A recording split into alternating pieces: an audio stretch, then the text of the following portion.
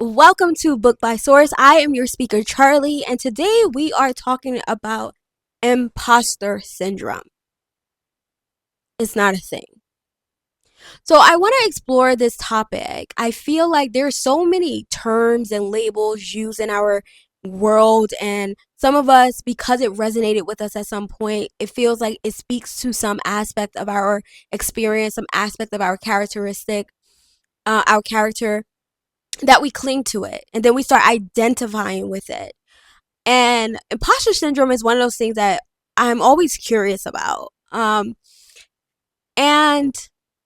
mainly because I don't understand it.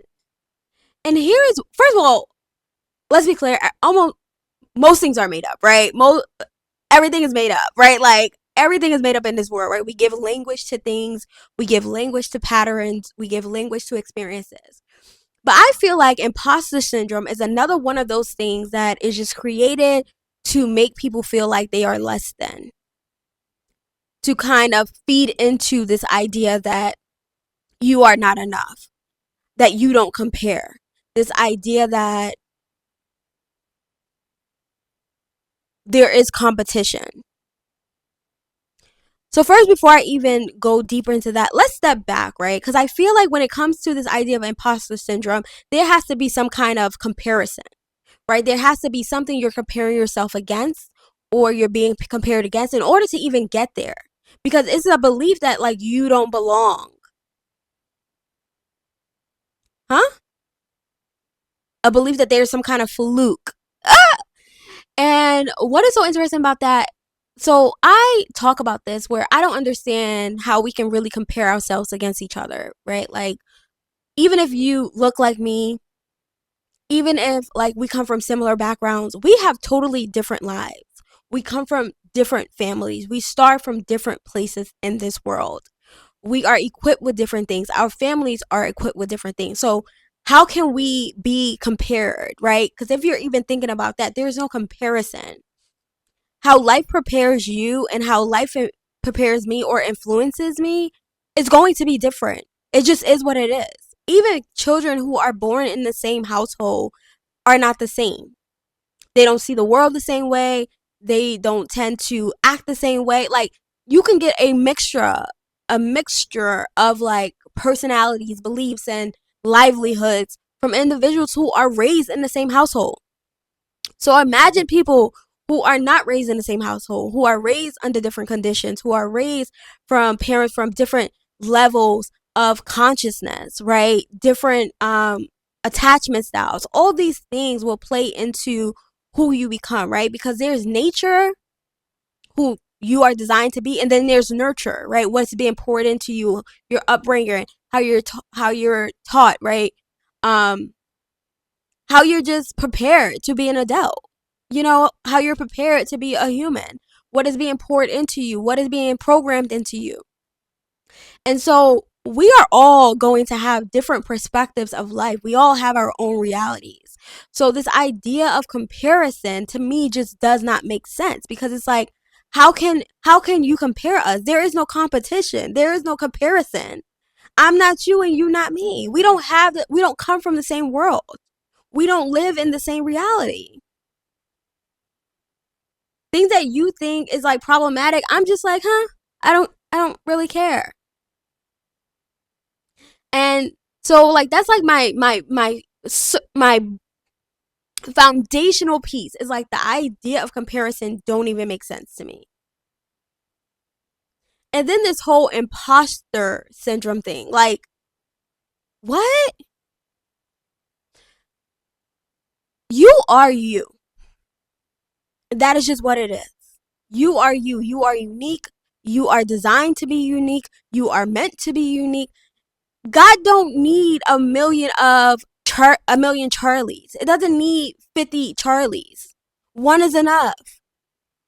And then we need a Sam, a Shelby, a Lucky, like a Sunny, all of it to make the whole. We all bring something unique into life. You know, I believe that we are all reflections of what is possible. We're all examples of possibilities for the human experience. And that's what makes this world so rich. That's what makes this life so rich. And trying to get us, like, trying to put people in spaces for them to be competing with each other is like, what? This is a abundant world. We don't need to compete. There's room for everybody. That's why there's so many ketchup. There's so many salad dressings. There's so many sneaker brands. There's so many variations of sneakers. Even when they look similar, even when jeans look the same, there's so many different ways, right? The material's different. The weight of the jeans is different. Like, there's so much that goes into a design. And there's so much that goes into who you become. There's so much that goes into who I become. It's not just a simple, you are human, this is what it means, this is what it is. No. The way I see this world, the way I interact with the world, the way I exist in this world is unique, is different. You know, I am someone who's always read energy. I've always been able to pick up on people egos and patterns and energetic imprints. I never not known how to do that. And so, like, I've always been sensitive to energy. And there's some people who have been sensitive to energy but don't trust themselves, right? For whatever reason, people who are chatterboxes but have developed and learned how to, like, shut themselves off, shut themselves down, not speak up, not allow themselves to express. And that's become their idea of their norm, even though that's not who they are. That's not who they were designed to be.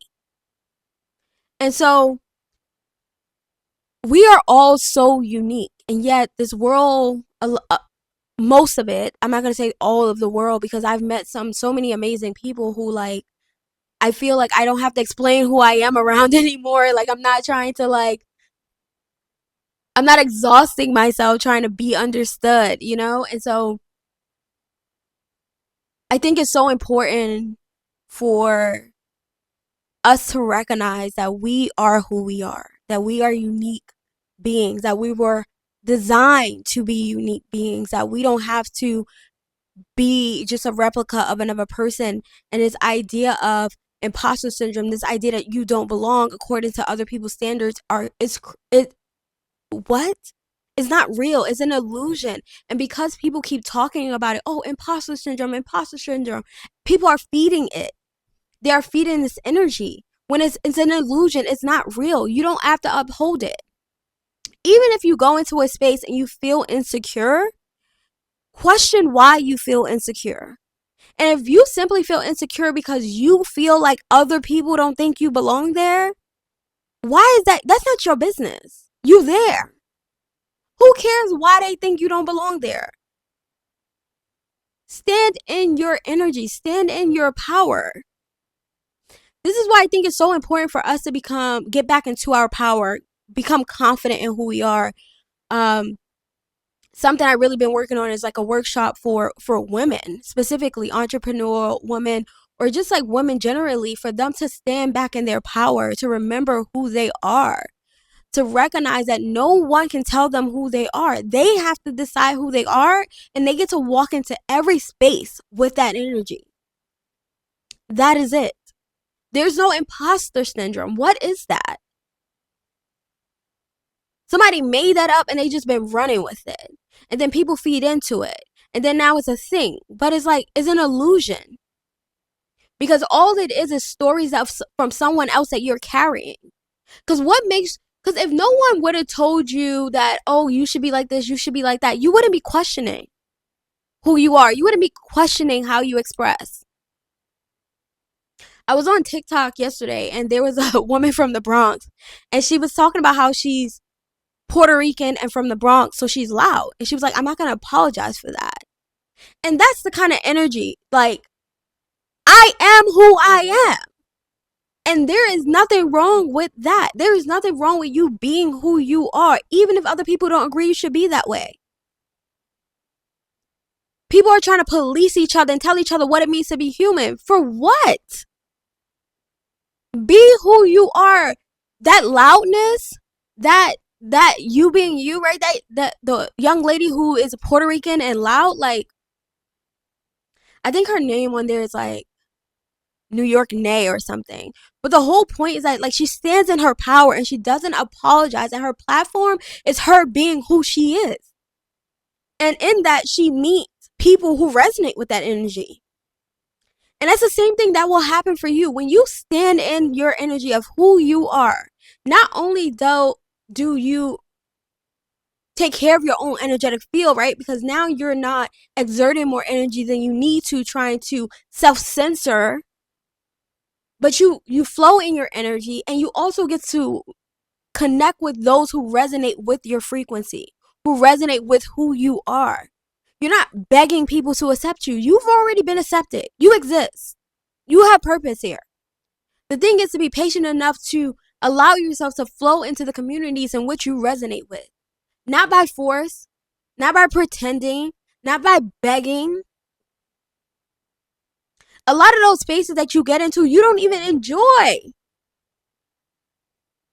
because they don't actually resonate with you. But we've been told that we have to beg and plead and be in these spaces in order to climb the ladder, in order to be enough, in order to be seen as successful. You define success. Whatever you believe to be true is what's going to play out in your reality. So if you believe that you have to step on toes to get ahead, if you gotta kiss ass, if you gotta you can't speak up for yourself, you can't advocate, you can't do this, you can't do that, or you're gonna somehow get cut off. If you believe that and you live like that, then that's the energy you're gonna continue to operate in. But that does not have to be your truth. This idea of imposter syndrome is not real. I want to encourage you to check in with yourself. When you are thinking like, I feel like an imposter, I feel like I don't belong, why not? Why not? Whose voice are you hearing? Whose beliefs? What are they saying? And do you actually believe that? Or do you believe that because that's what most of the world says? That's just how life is. Because that's another one. That's just how life is. No, it's not. No. But the thing is, we have to be willing to play with life. We have to be willing to experiment. We have to be willing to, as I say, be a conscious disruptor. Being willing to go against the grain. Being willing to question the beliefs that we're carrying and we're walking in. So I want to look up. First of all, let me tell you something. I didn't even look up imposter syndrome. Because the energy of it, just like I feel into energy of words, and I'm just like, like, no, that's not a thing. I just did a video today on TikTok about it too. And I was going to record a different video about something else, and this is what wanted to come up. So, imposter syndrome. The persistent inability to believe that one's success is deserved or has been legitimately achieved as a result of one's own efforts or skills. Y'all gotta be kidding me. Y'all gotta be kidding me. You gotta be kidding me. The persistent inability to believe that one's success is deserved. You know how much work you put into who you've become. You know the work you did to get where you are. Are you, cousin, friends? You know the work you put in. You know you deserve it. You know what you've been called to. See, I didn't even look at the definition because I already knew that it had something to do with stuff outside of you, right? I knew it had to do with some story, some belief, some idea that, oh, they deserve it, but I don't. Oh, I don't have a degree, but I have life experience. They have a degree, but not life experience, but somehow they deserve it and you don't. This is why it's so important for you to define what success is for you. For you to decide what your values are. What do you value?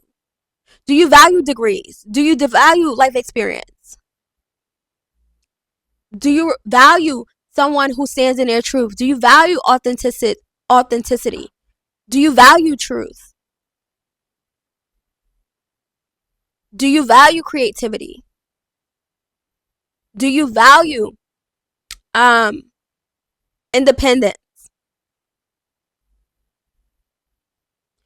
What do you actually value? Not what everybody else says should be happening, not what everybody else, how everybody else said life should unfold. What do you value? How do you see life? What do you believe is important? Because when we think about, like I said, this imposter syndrome, all I feel like, because I think about people who have said it to me, and I think about the context in which they have said it to me, and it's always been about like it just never made sense to me. Even when I'm thinking about it right now, like the people who have said that to me, I'm just like, it doesn't even make sense. Like why you would be questioning that. And I wonder, like, do we question it because there's not enough people that look like us in these spaces? But just because people don't look like us in the spaces don't mean you don't belong. I just feel like a lot of things that we feed into, a lot of these terms and these energies, because that's what they really are, right? These concepts are really just energy patterns that we are upholding. That's why I never really looked up imposter syndrome, because it has an energy behind it. And the energy behind the term, the concept imposter syndrome is this idea like I don't belong, is this idea of shrinking, is this idea of like I'm not enough, is this idea of comparison, because you're comparing yourself against like who is usually in the space, or who usually gets into the space.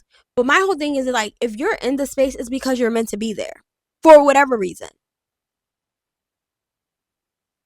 What they said, God qualifies the called.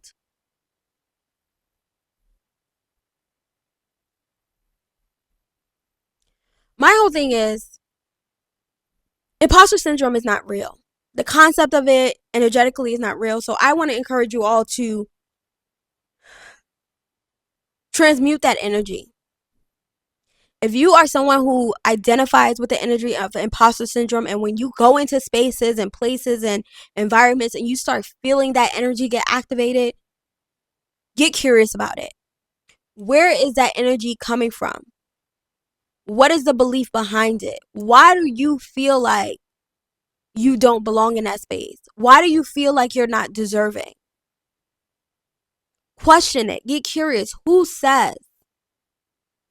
One of the other things like this makes me think of is like this idea. I remember growing up, and my parents never really said this to me, but I remember this whole idea of you got to work 10 times as harder as blah, blah, blah. Again, comparison. And I feel like everything always boils down to this idea of us looking outside of ourselves about where we should be, how we should be, what we should be doing. And it doesn't make sense. Why would you look outside of yourself? That ain't got nothing to do with you. What everybody else is doing don't have anything to do with you, and don't tell you your worth, don't tell you your value, don't tell you your level of success. This whole world is built on conditioning. You know, a lot of the cultures we're a part of, and if you're listening to this, I assume you resonate with this energy, and this knowing that like the way this world is set up is built in this idea of playing on our fears, playing on our need, our wanting of survival, us penny pitching, us staying in cycles where we are giving out our power, where we are believing we're powerless, where we are believing that something outside of us gets to determine us, our wealth, our worth, get to tell us whether or not we're worthy, get to tell us whether or not we're deserving. It's like everything external gets to decide that. But the truth is, you get to decide that. You already know that you are it. You already know that you are powerful. You already know you have purpose because you exist. And that is enough reason. And so is you remembering that you have everything you need within you. Is you remembering that you are exactly who you are meant to be in this lifetime. Even when people outside of you are telling you that you're too much, or you're not enough, or you're this, or you're that, or something's wrong with you. I think it's so funny that we like I don't really hear people talk about this enough. Like if you really pause and think about this idea of like when people make any judgment about you, is in comparison to someone else. Is in comparison to something else. Is in comparison to some other idea of what you should be or what you shouldn't be. is a constant comparison. But the thing is, you are you. There's only one you. So there's nothing to compare you to because there's nothing like you. There are no comparisons. There's nothing like you. So what exactly are we comparing you against or you for?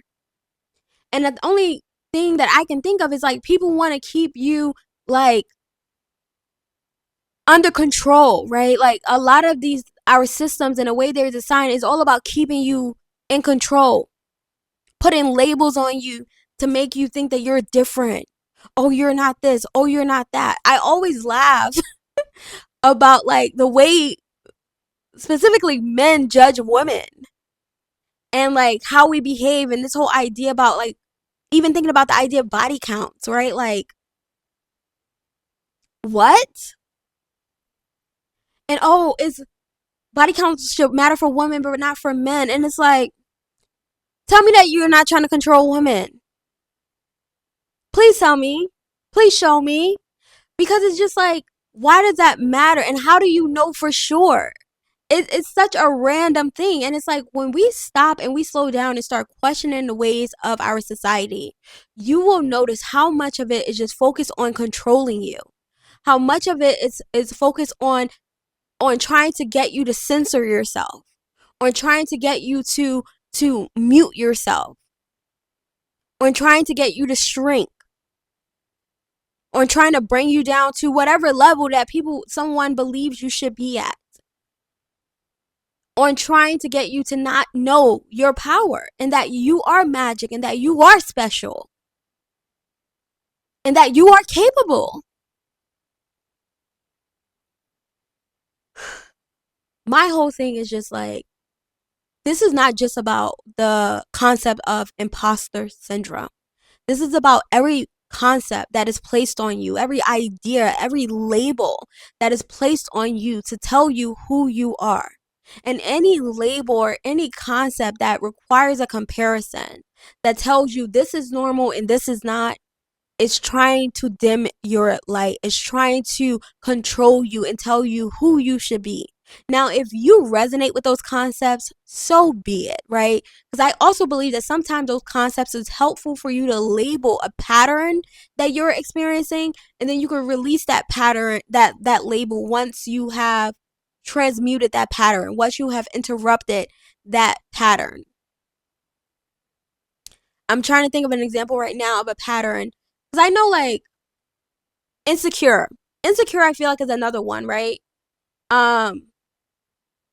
I remember that when I started thinking about, oh, like shy. Okay, so I used to use shy and insecure. Okay, so I used to call myself, like, say that I was shy, right? I'm shy, I'm socially awkward, right? I'm shy.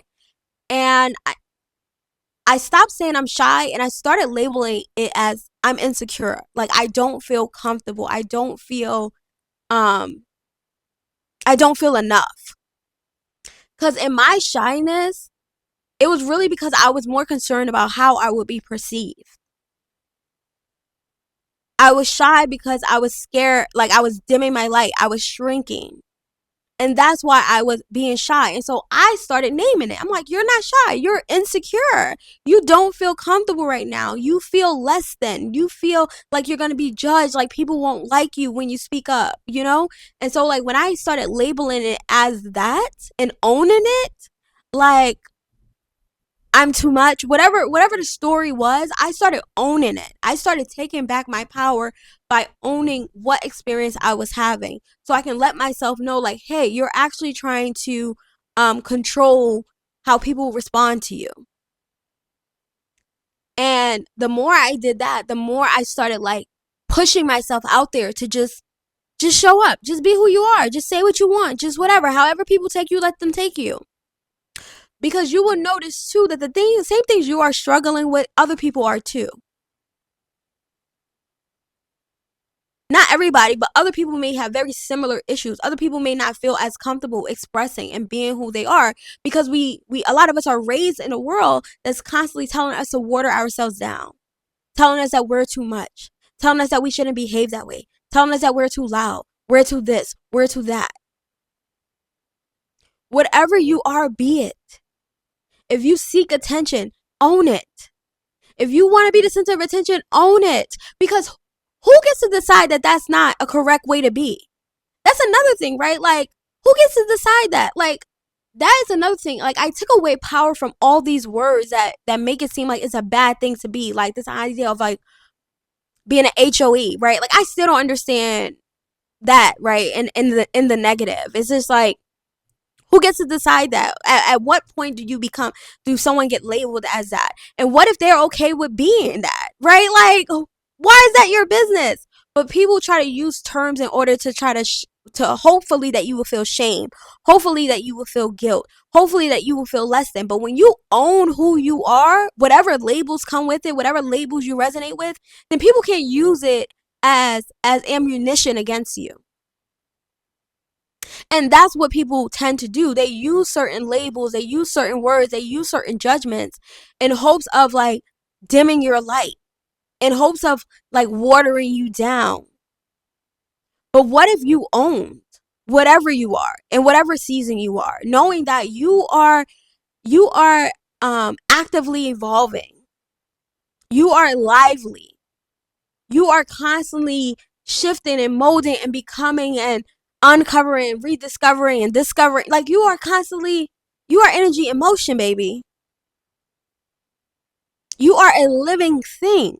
You can grow. You can shift. You can change. And it is okay. So I guess the message here is all about like owning all aspects of who you are, right? Like if a label resonates with you, I don't care what the world says about the label. You get to decide. If you identify with I am this thing, own it. What do you need to feel what do you need to feel ashamed for? Why would you feel guilty? I would never forget that I lived in San Diego. I was going to this church and I was like conflicted. Was I in San Antonio or San Diego? I think it was San Diego. I was conflicted about because I'm like, why does the location matter? But anyway, I was conflicted when it came to my sexuality. And I remember going to the pastor's wife and we were talking about it, whatever, da, da, da. And she was saying, she was just like, you're so shameless. And I was confused because I'm like, why would I, like, in my mind, I'm like, why would I be ashamed? Like, this is my life. I'm living it. Why would I be ashamed? And that taught me like so, I don't know why, but that moment taught me so much because it made me realize that like people have their own judgments about certain things in life and they are projecting it on you. So for her, I should be ashamed for my for considering my sexuality. That's something to be ashamed of. But for me, it's just like anything I do, I'm owning. Like, I don't care. Even if I do feel ashamed, I'm still going to own it. I'm still choosing it. Okay. Like, and because the only reason why most people feel shame is because of, like, a lot of times it has more to do with, like, us holding on to other people's beliefs about who we should be and not us not living up to that. No, no.